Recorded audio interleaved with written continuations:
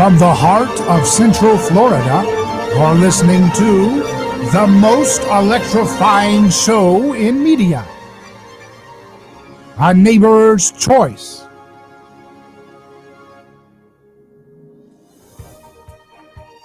I'm your host, your neighbor, David Gronowski. So glad to be with you across FM and AM and our website, aneighborschoice.com, where you can learn all things about our programs that we do every day. We also do online-only podcasts on aneighborschoice.com, or wherever podcasts are found. Just search for David Gronowski on your favorite podcast platform and subscribe, rate it, review it if you enjoy it, and let us know your feedback. We always like hearing from you. And now it's Thursday, which means it's time for our Science and You segment. That's where we talk about science and the news. We talk about what it means for you. We rethink old sacred cows as it pertains to physics and chemistry and energy. And to do so, we have our chief science advisor with us, our physicist friend, Dr. Yu. How you doing? Thank you, David, for having me on. I'm doing great. Well, it's great to have you on again. And I always like looking at the stories of the news section. It's a great time to learn and think with fresh, new perspective. So let's start with this web article that we found on sciencetechdaily.com. It's called New Lightweight Molecule-Based Magnet Exhibits Unprecedented Magnetic Properties. It says in the article, magnets are to be found everywhere in our daily lives, whether in satellites, telephones, or on fridge doors. However, they are made up of heavy inorganic materials whose component elements are, in some cases, of limited availability. Now researchers from the CNRS, the University of Bordeaux, have developed a new lightweight molecule-based magnet produced at low temperatures and exhibiting unprecedented magnetic properties.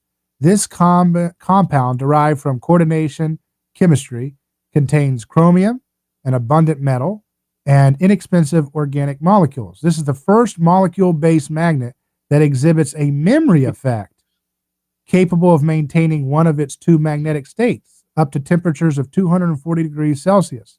This effect is measured by what is known as a coercive field, which is 25 times higher at room temperature for this novel material than for the most efficient of its molecule-based predecessors. This property, therefore, compares well with that of certain purely inorganic commercial magnets. So the discovery was published on October 30th in Science magazine. It opens up highly promising prospects, which could lead to next-generation magnets complementary to current systems. So help us make sense of this for us today, Dr. Yu. What does this story mean, and what's the significance for us? That's a good question. You know, the moral of the story says, magnetic everywhere. However, what we find are made heavier elements, you know, those kind of real earth elements. I have a strong magnets, right? And number one is heavy and inorganic material. So which means it does not contain carbon-based elements. So those are inorganic. So what is new here? They said, well, actually we find out we can make magnets use called a lighter element instead of those heavier elements like a real earth element. So pretty heavier. We use a lighter elements, and this atomic number like 24 or something. Okay, it's fairly light, and also mixed with called organic molecules. So instead of using inorganic, all the magnets we use are inorganic. But now mixed with organic molecule, suddenly they said it's a stronger and easier to process. Oh, it can like a process at a 25 times higher room temperature. So you can easily process and inexpensive, and actually property is better and than the pure inorganic commercial magnets. So what that means, it confirms again, every single element are magnetic elements. So that's this article think about it, somehow surprised why organic molecules can be used to create magnets instead of conventional inorganic. But now find out. So let me tell the audience, every single atom molecules, they are magnetic particles. However, some exhibit a magnetic field because those magnetic particles in large is neutralized by opposite magnetic particles, so comes like a neutral field. So every single thing basically is proved has magnetic properties. And that goes along with your hypothesis that everything in the matter of the universe is magnetic, right? That they're both positive and negative poles on every particle, right? That's right. Every single particles, everything made by dipolar magnetic particles. Yeah. So basically, this is a proof. Not just use called inorganic, like a solid heavy metal, but you can find from lighter materials and organic materials. You also exhibit material property and give you some kind of different type of flavor. So you can have a broader application, use a different type of magnetic properties. So that's something is very important, very significant for me to prove yes again. Everything are made magnetic particles. And what does that have? What are some of the implications of that that could be for people to explore scientifically, if every particle is a magnet? Well, this article actually demonstrates you can use inorganic material mixed with organic material, and you can create magnetic properties very unique. When you have a unique property, so then you can have a unique application, just like a semiconductor material. Then you can create, the whole industry, right? Electronic industry use semiconductor material, because that's not a very strong, strong single type of magnetic. It's like a halfway magnetic and halfway non-magnetic, basically is neutralized. That gives you the leeway to create the different products, different innovation. And now we have a broader way to achieve magnet. We do not have to rely on real Earth only type of to make a strong permanent magnets. So we can use all the abundant, cheap, readily available organic materials, as well as inorganic material. We can make stronger magnets. Yeah, it's very interesting. So look at some other stories. Another story on SciTech Daily I saw is decades old mystery solved: a new kind of electrons. Why do certain materials emit electrons with a very specific energy? This has been a mystery for decades, the article says. Scientists at TU Wien have found an answer. It's something quite common in physics. Electrons leave a certain material, they fly away, and then they are measured. Some materials emit electrons wherein they are irradiated with light. These electrons are then called photoelectrons. In materials research, so-called Auger electrons also play an important role. They can be emitted by atoms if an electron is first removed from one of the inner electron shells.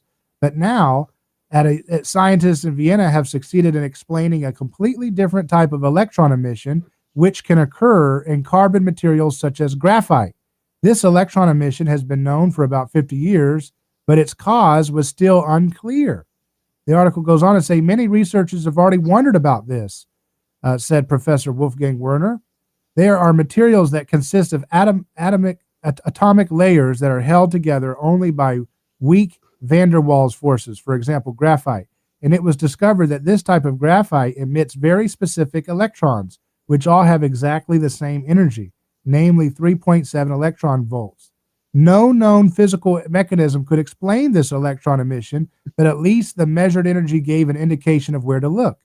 If these atomically thin layers lie on top of each other, a certain electron state can form in between, said Wolfgang Werner. You can imagine it as an electron that is continuously reflected back and forth between the two layers until at some point it penetrates the layer and escapes to the outside. What do you think of this so far? I can go on, but I want to get your comments real quick. Yes, very interesting. This is a mystery in physics world, so we cannot explain how electron moves on the graphite. We know how it moves in conducting metallic materials, but we don't know how could the electron emitted from the graphite. This is the whole things because our misunderstanding what electron is, and as well as what electricity is. So when we're talking about the electron, to be simple for the audience, electron is nothing other than just a little magnet, just a little magnetic particles. It's not like a monopolar charged material, like what called negative or positive single monocharged particle. No. This kind of particle does not exist. Like a proton only have a positive charge, electron only have a negative charge. This kind of particle does not exist, okay, in the world.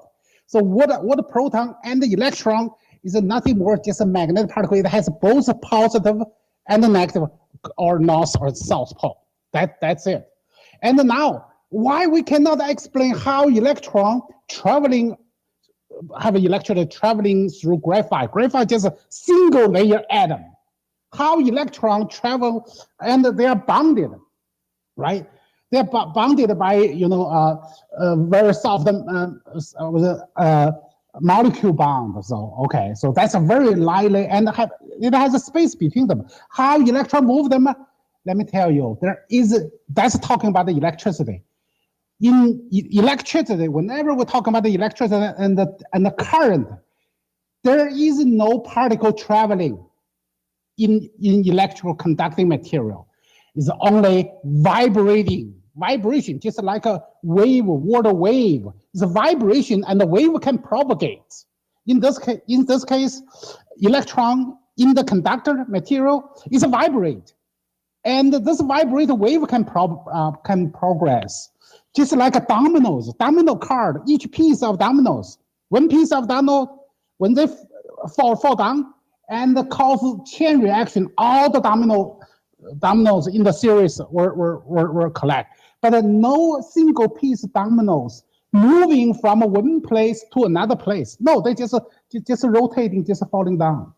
Electricity is the same thing. So how this means why a single sheet carbon atom, so that's graphene, can conduct electricity?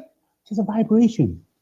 Whenever, because a single layer, so it's very, very light. So when they vibrating without any resistance, so that means what?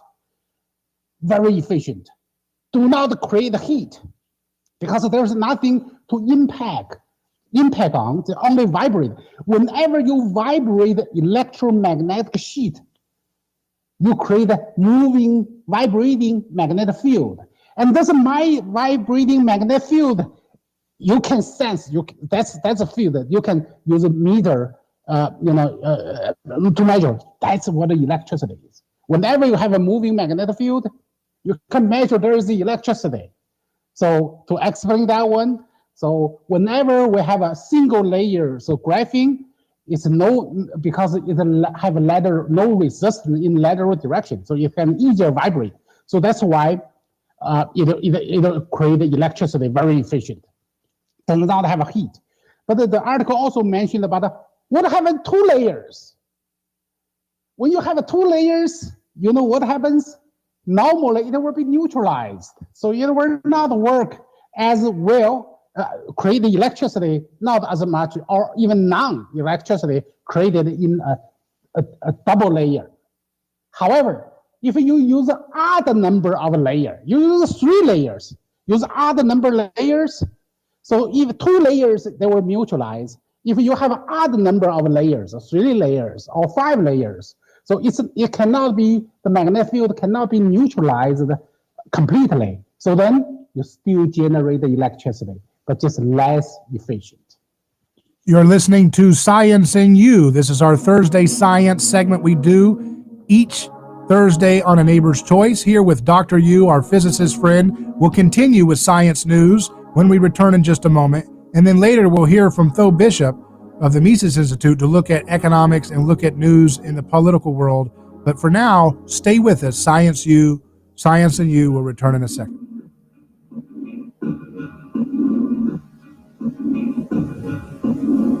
Who is your neighbor?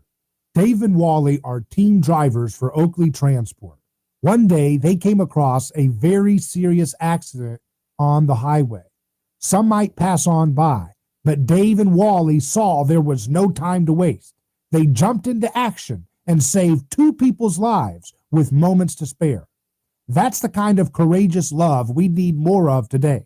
It reflects the respected culture Oakley Transport develops with their driving professionals. CDLA licensed drivers. Join Oakley Transport today for a rewarding career. Visit oakleytransport.com. That's oakleytransport.com. A lawsuit is not something that anyone looks forward to. It's a stressful process. There are attorneys in Tampa Bay that keep clients well informed, creating less stress. That law firm is Catania Catania. Personal injury law is defended with full disclosure. There is no guessing game. If it's an auto accident, medical malpractice, nursing home negligence, unsafe working conditions, or motorcycle accidents, the law firm of Catania Catania will handle the process worry-free from start to finish. Many victims don't realize they have a claim for the loss until they talk to Catania Catania. They only represent private individuals and treat every case as if it's going to trial. Putting families first is more than just a slogan. It's their way of practicing law. It's a commitment to you. Remember, they don't get paid if you don't get paid. So go to CataniaCatania.com. Over 28 years in practice. Catania Catania, personal injury, auto, and motorcycle accident attorneys. Catania Catania, putting families first. Office Tampa. Not attorney spokeswoman. Are you ready to transform your career? Jess Smith was too. She was stuck in a job that was controlling her life, consuming her free time, and offering little opportunity for growing her pay. Then she found FinTech Mortgage Association, and she never looked back. FinTech Mortgage Association makes home lending simple, and they take care of home buyers like family. Using technology to make everyone's life easier, FinTech Mortgage Association equips each of their loan solutions architects with the tools they need to build a career with a schedule they control, a product they can take pride in, and an earning potential that is life-changing. Unleash your true potential. Join FinTech Mortgage Association. Visit finmay.com. That's FINMAE.com. You're in charge now. NMLS ID 1492187. Equal housing lender.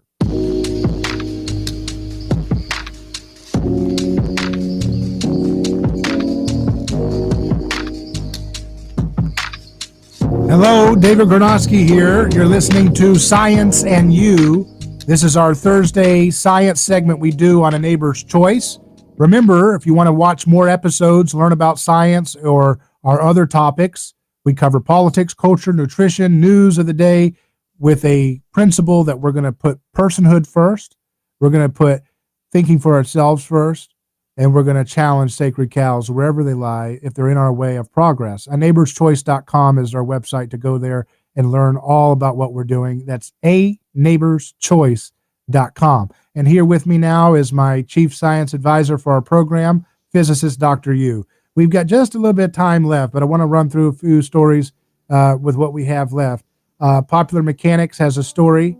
Scientists recreated the nuclear reaction that happened right after the Big Bang.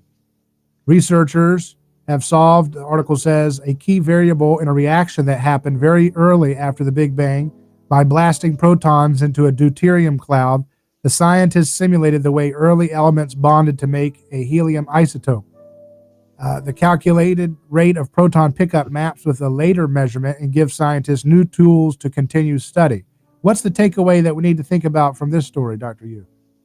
Well, whenever you blast, you're shooting proton into a deuterium clouds. What happens? You break the atomic structure, right? You break the nucleus. So when you break the nucleus, what happens? It becomes ionized, the particle. All the particles now becomes charged particle. And then when they cooling down, of course, they were forming this helium. So that's what they detect. They said, number one, we detect has a helium particle. So that means a nuclear reaction happens, right? You fuse the two protons together. So that's what they think nuclear reaction happens. And also we said we detect the gamma ray. Gamma ray is basically emit photon, those photon rays. So it's really nothing strange. I don't believe Big Bang exists. However, this test will create a nuclear reaction. As it described. Another quick story is, and SciTech Daily says, scientists discover a beautiful new mineral and it looks promising for producing batteries. Oh my goodness. Yeah, they produced this. They have a one-of-a-kind mineral. It looks light blue, very pretty. It has a copper atom in the crystal structure of petrovite, has an unusual, very rare coordination of 7 oxygen atoms, and is very interesting to see this story. The mineral consists of oxygen atoms, sodium, sulfur, and copper, which form a porous framework, and the voids are connected to each other by channels through which relatively small sodium atoms can move. The scientists have therefore established that the structural type of petrovite is promising for ionic conductivity and can be used as a cathode material for sodium ion batteries. Kind of interesting, huh?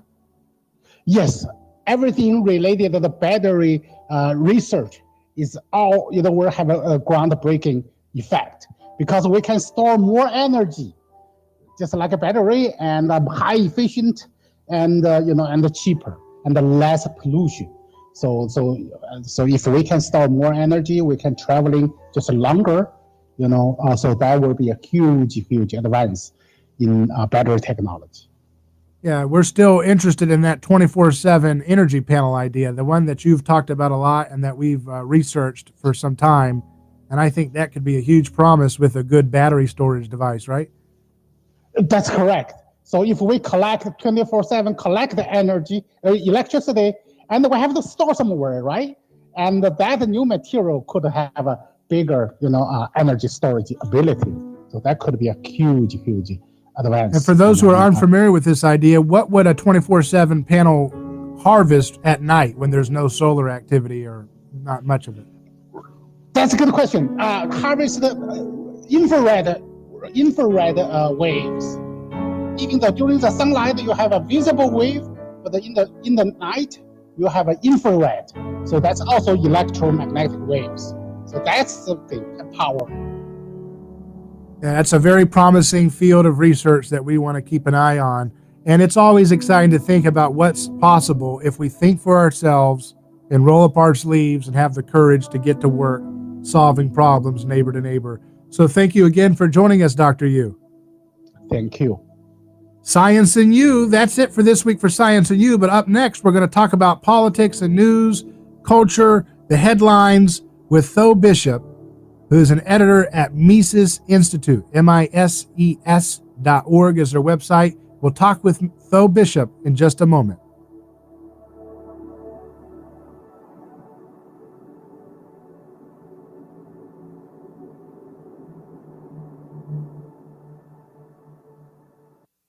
Ronald Reagan would turn over in his grave if he saw what's going on today. Crazy things are happening. You cannot be afraid. You've got to stand up for what you believe is right. But one thing is for sure. You can't trust anybody. For talk, news, and information, you can count on us. Enough is enough. I mean, I almost blew a gasket. Good for the country.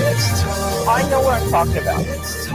A lot of wackos out there. Your connection to talk about it. The all-new News Talk 1040, WHP. As COVID-19 cases, hospitalizations, and deaths rise across the nation, the White House Coronavirus Task Force met today for the first time in months.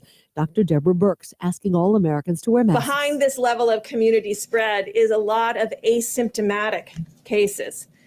People are spreading the virus because they don't know they're infected with the virus. The COVID Tracking Project says there were 198,000 confirmed cases nationwide in the last 24 hours.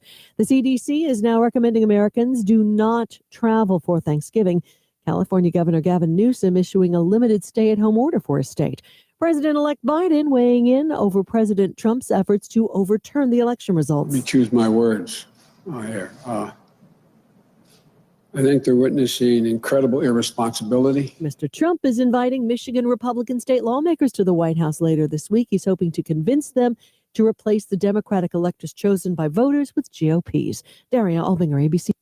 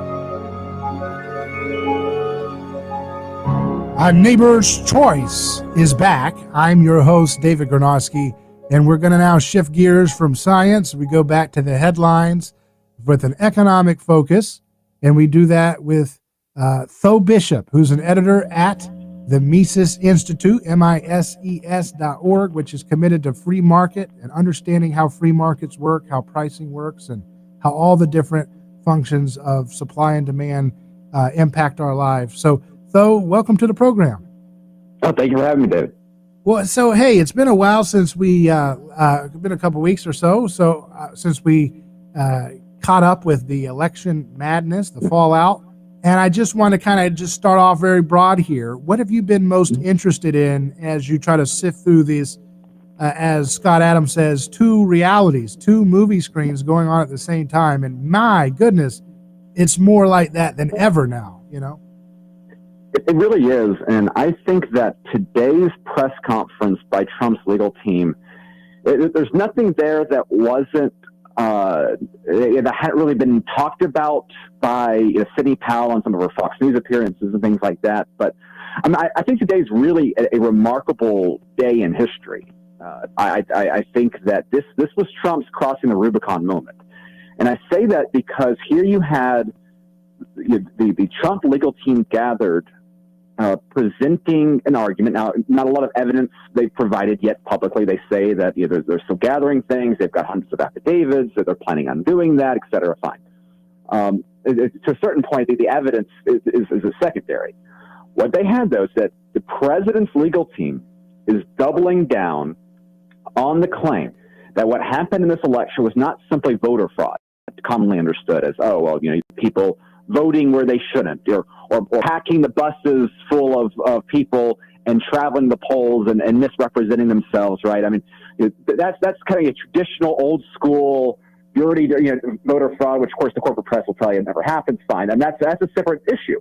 What they're alleging is nothing short of a vast conspiracy of people from both sides of the aisle, with corporations behind some of these voting systems, intentionally going into this election for the purpose of defrauding American democracy and imposing on the American nation an illegitimate president.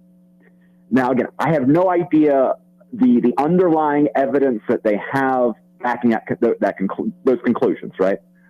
But that is now the legal position of the sitting president of the United States, and it is nothing short than essentially declaring war on the Biden, on the expected Biden administration. And this we've never seen this in American history.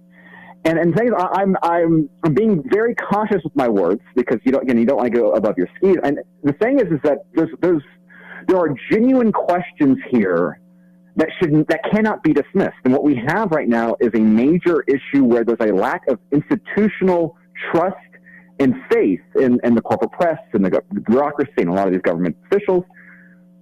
If you're a Trump supporter, you have no reason not to believe Trump's legal team than you do what the media is telling you. And that it is a scenario in American history. There's very fascinating episodes, the 1876 election with Samuel Tilden, Rutherford Hayes, 2000, with the Bush recounts, was something. This is something else entirely. And it's where this goes, I don't know. But I think today was truly a remarkable day in American history. So what do you see this going next? It's just, it's hard to even wrap our minds around how far we've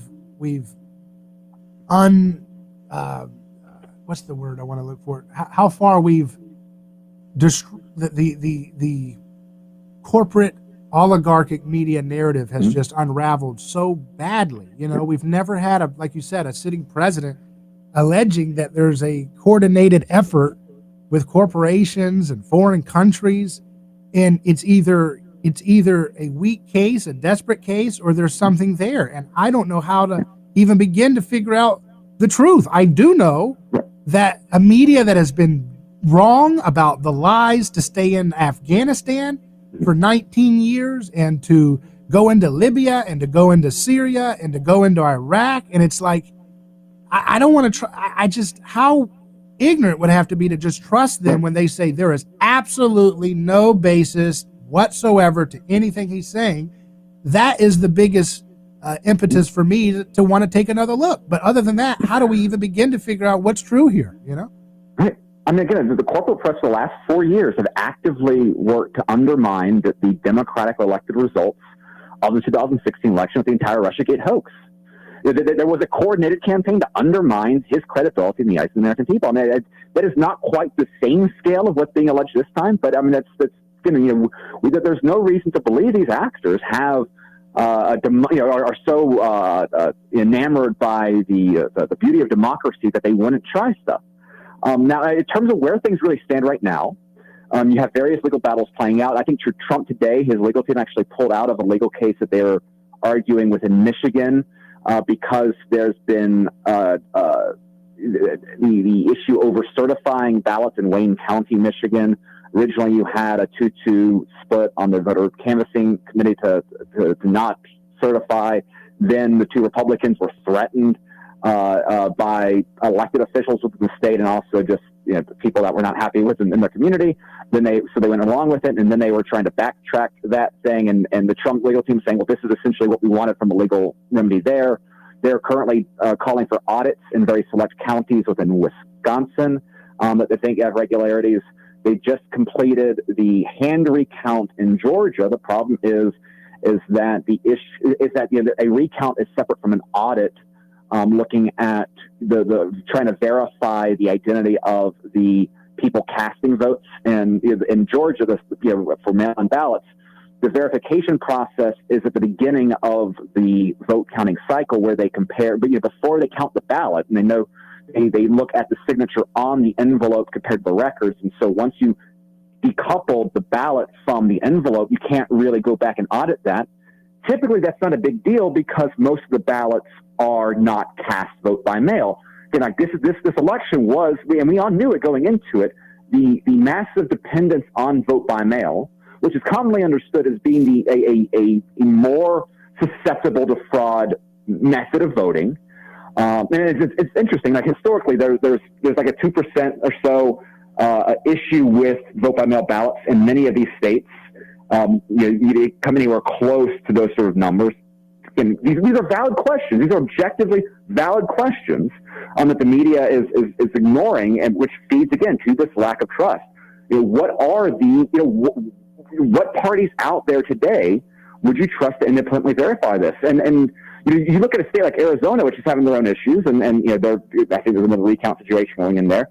You have the Secretary of State, an elected position, a partisan Democrat, who in 2017 was calling Trump supporters neo-Nazis. Why would any Republican trust a government body overseen by this woman to be a non-partisan actor? This tribalism, this hate of the hate that exists from so many elected Democratic officials to Trump voters. Even if there's something going on, I mean, that has consequences to democratic institutions, and we can't simply ignore it. And again, even if there's no legal outcome to this, which it would be difficult, right? If the conspiracy that the Trump campaign is putting forward, this is a large-scale orchestrated effort. I mean, they even made the point, like, look, why isn't the FBI seriously investigating this stuff? Are they in on it, or are they protecting those that are? They're asking the questions. If that is what actually happened, the idea that the American justice system at all is prepared to adjudicate this, they think that they have some legal outs there. I tend to think that that if the American government is as corrupt as they are alleging, and I think there's a lot of reasons to not dismiss that idea, then it's questionable on whether the courts can deal with this. Because again, this is not simply a minor voter fraud issue in the traditional sense. I mean, this would be a much larger issue. So again, where this plays out legally is a different question. But the lack of trust. I mean, Donald Trump won 10 million votes in 2016, 70 plus million votes. I'm not going to say every single one of those voters are going to believe Trump's narrative of this if they don't provide any more evidence. But you're going to have a large percentage of those Trump people that are never going to believe that Joe Biden was the legitimate president. And when you have that degree of distrust, there are real consequences beyond anything that can be proved in the courtroom. Right. That's what I don't understand is what's their actual end game here when they're talking about things that, how could you can't take those to court, can you? You're basically questioning the very structure of the government, right? Well, I think some of the options that they're trying to, that you have a lot of people within the Trump orbit trying to pick up the idea of some of these state legislatures, I think Pennsylvania and Georgia, trying to overrule the election results because of a lack of faith in them. And things like that. So even we've never seen this happen with a sitting American president. We've never seen it happen with someone that has the direct connection to supporters the way that Trump does through social media. But there is the one historical episode that has some relevance here that's really interesting is the election of 1876. Because in that situation, you had Samuel Tilden had a large popular vote lead. He had just about, I think he was one electoral vote shy of winning with the certified votes, winning the presidency. You had several states, multiple states were contested by both parties because of an inability to agree upon what the vote tally was. That then went to a decision between the party actors in, the smoke-filled backroom deal where the Republican Party was given the White House with Rutherford Hayes, while the Democrat Party was given in return the repeal of post-Civil War Reconstructionist laws. So that was a deal made behind the scenes by party actors, ignoring basically, let's ignore what happened in that election. We're going to deal with it ourselves. Those sort of when that happened, there was no constitutional mechanism. I don't think there's not a new constitutional mechanism in there to deal with this sort of thing. So then it goes to the parties, and so there the question is, Donald Trump's case relies in a large part less about what the courts will decide, but the support that he has within the Republican Party proper. And I've been surprised actually by how much we've seen Republicans actually stand with Trump. You haven't seen a whole lot of people, at least publicly. I mean, you had that episode earlier this week where Lindsey Graham, who's been, he loves to talk a good game on Fox News, but he was fist bumping Kamala Harris and congratulating her on her victory. Obviously, we know where it really lies in his heart. How many? But again, I've been surprised by how many Republicans kind of maintain the line rhetorically, at least. How Republicans, especially at state level, again, some of these state legislatures, some of these governors, how they respond is really what's, I think, going to end up dictating the short-term fallout from this. The long-term fallout in terms of lack of trust, that's a whole other issue. But the short-term, it's more about political party structure than I think any legal battles. And so that's something that, again, if I had to guess, I think you're going to end up seeing Republicans kind of fall by the wayside and back to the status quo and the narrative that the corporate press wants. But I think that's really the mechanism at play here more than a legal battle. Let's go to some listeners' questions or viewers online. John says, think for ourselves is a difficult assertion as we all exist in a community or communities of thought that form us and on which we rely. I agree with that. Michael online says, I can't believe Rudy Giuliani brought up Soros ties to Dominion and Clinton Foundation. I didn't catch that. Was that in the press conference today, though? Yes. Yeah. Yes. I mean, pretty much. I mean, every single right-wing concern about institutions came up during this press conference. I remember back in the day. Don't you remember the good old days when Rudy Giuliani was firmly entrenched in the establishment, and he had to make sure Ron Paul didn't get out of line with his criticism of the institutions of the permanent bureaucracy? Yes. Well, and back in those days, whoever did his hair was much better. One of the big Twitter takeaways is that he clearly had his hair dyed very recently, and there was some very noticeable dye running off while he was sweating at the press conference. It wasn't the best look, but didn't change the strength of his rhetoric. But appearance-wise, it wasn't the strongest.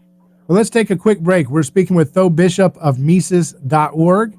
We'll be back with more analysis of what's going to happen next in this post-election fallout. What a time is very unique. Never seen something like this, except for Tho said 1876, I think. So I'm sure you have a strong opinion about who should have been the president in 1876, but that's how far we got to go back to get a parallel time. So we'll take a quick break, and we'll return. We'll ask Tho about the fallout from this lockdown initiative that's been kicked up again by Biden and his PR press. So we'll take that in just a second. Hello, this is David Gronowski with A Neighbor's Choice. I've got a mission for you. I'm a big believer in eating family farm-raised, high-quality grass-fed beef. That's why I'm a frequent customer of White Oak Pasture, a 6th-generation beautiful farm in southwest Georgia. Support sustainable, delicious meat of the highest quality. Ask for White Oak Pasture's beef at your local grocery here in Florida, or go to whiteoakpastures.com, and first-time customers get 20% off on purchases with our exclusive coupon code NEIGHBOR. David Gronowski here. Let me tell you about a man named Gabriel. Every day, Gabriel puts on his boots and drives across America to make sure our store shelves stay stocked with the food people count on. See, Gabriel served our country overseas. He knows that America stands for freedom, quality, and caring for others the way we would like to be treated. That's why when Gabriel saw food shelves getting low during the pandemic, he hit the road as a driver with Oakley Transport. In the land of the free, where no one should go hungry, we need heroes like Gabriel to help keep America fed. CDLA driving professionals. Join Oakley Transport today. Keep America fed. Visit oakleytransport.com or call them today at 1-877-8-TANKER. That's 1-877-8-TANKER. Not ready to go to your favorite seafood restaurant? Get the highest quality fish for less delivered straight to your door by Fast Fresh Seafood. Order our fresh hot snapper, grouper, mahi, and more. They're boneless, skinless, flash frozen the same day, and individually vacuum wrapped. Pick the size filet you want, the amount you want, and checkout's easy at fastfreshseafood.com. The best thing, every fish is on sale. Fastfreshseafood.com. Caught fresh for you, delivered straight to you. Stay home and stay safe. Are you ready to transform your career? Jess Smith was too. She was stuck on a job that was controlling her life, consuming her free time, and offering little opportunity for growing her pay. Then she found FinTech Mortgage Association, and she never looked back. FinTech Mortgage Association makes home lending simple, and they take care of home buyers like family. Using technology to make everyone's life easier, FinTech Mortgage Association equips each of their loan solutions architects with the tools they need to build a career with a schedule they control, a product they can take pride in, and an earning potential that is life-changing. Unleash your true potential. Join FinTech Mortgage Association. Visit finmay.com. That's FINMAE.com. You're in charge now. NMLS ID 1492187. Equal housing lender.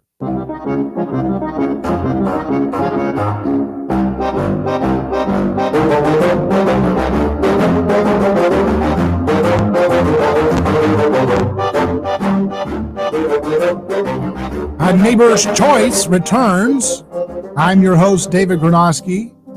Our website, aneighborschoice.com. If you're listening on radio, set it to this station. This is the affiliate to catch us every day during the week. And if you're listening on podcast, make sure you subscribe, rate, review, all that good stuff. Or if you're on video, we welcome you there as well. And I want to give a quick shout out to my friends at Oakley Transport.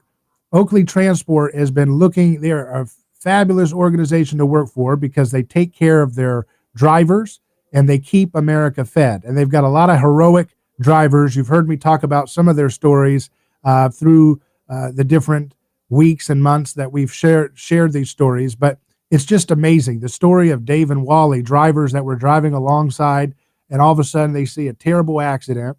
And instead of just going along and doing nothing, they jumped out and they rescued these people with moments to spare before they would have been killed by the imminent situation going on in the car wreck. And that's the kind of character we need more of. We need to celebrate.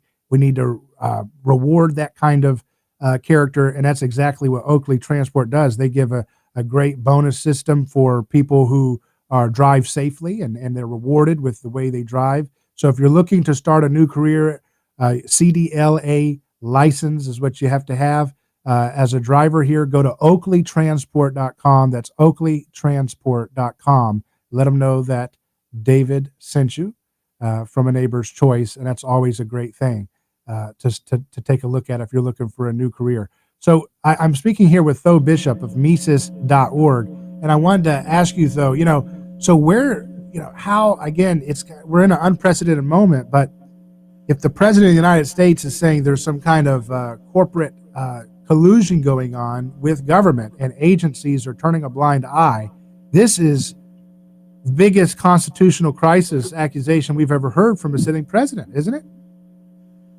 It really is. And again, the scales here are so large as well because, it requires more than simply a few bad actors.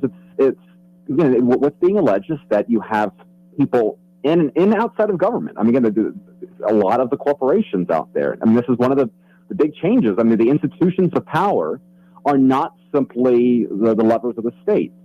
And it's fascinating that one of the things that keeps popping up is that there are so many people in the Western world that are envious of the political system that China has. And a lot of these tech companies, we had Michael Rechtenwald, who's a wonderful professor from NYU. He was at a Mises event that we had recently in Lake Jackson, Texas, where he dubbed this election the Google election. And he highlighted, just some of the actions of these bad actors that still, they love to talk about how they're not, don't be evil, Google's line. Yet they had no problem being bending the knee to the Chinese Communist Party in the way that they have sought to censor and silence dissidents. And now you increasingly see the American left with this very dangerous axis of state power and corporate progressive, woke allies doing the same sort of thing.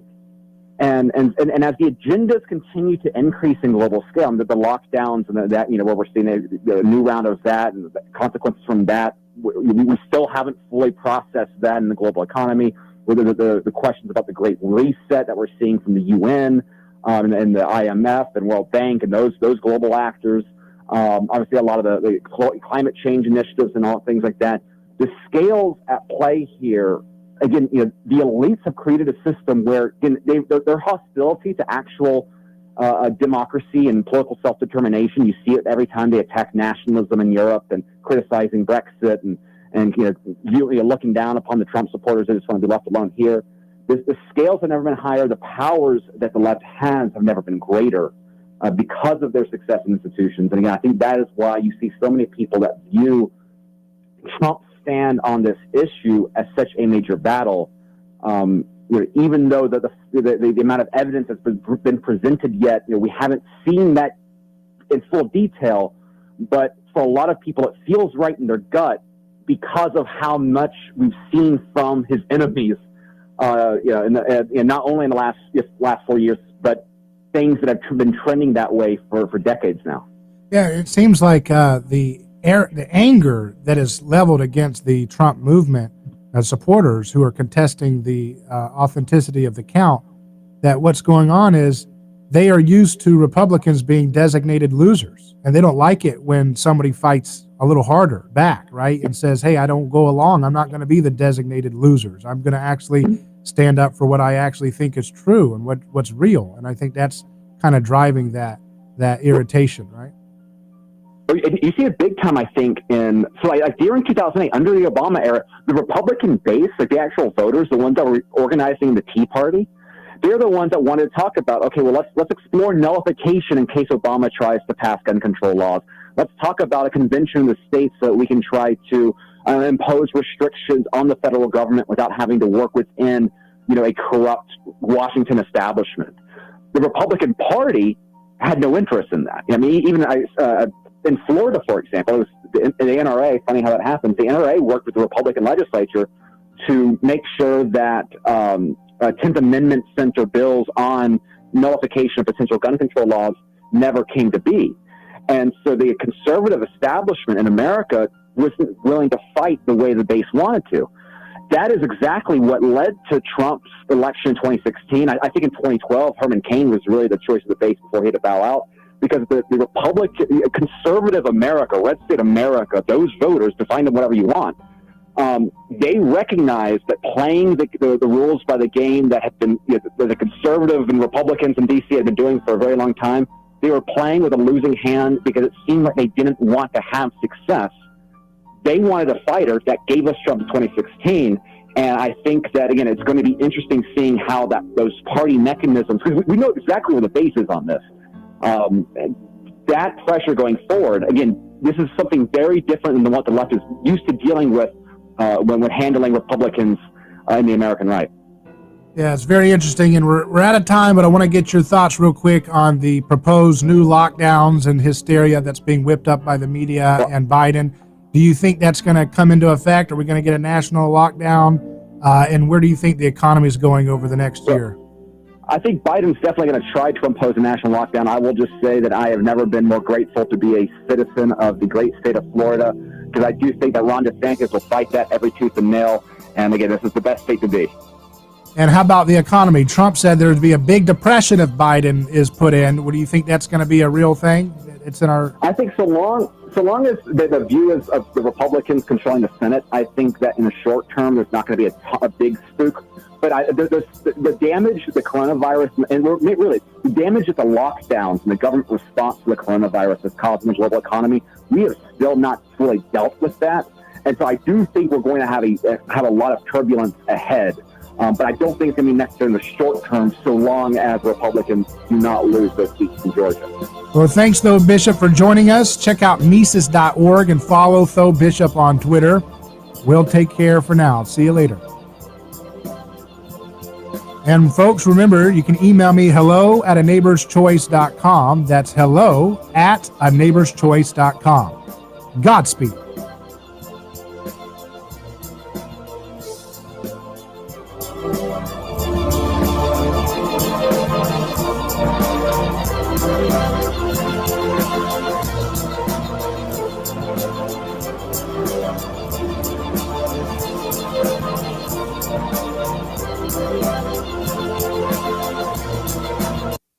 Your home for news, talk, and information. 1040 WHBO Pinellas Park, Tampa Bay's all new News Talk 1040. It's the only way I get news. From ABC News, I'm Daria Albinger. In the last 24 hours, there have been nearly 200,000 confirmed cases of COVID-19 nationwide and almost 2,000 deaths. And for the first time in months, the White House Coronavirus Task Force held a briefing. Dr. Anthony Fauci says it's time to do more. We're not talking about shutting down the country. We're not talking about locking down. We're talking about intensifying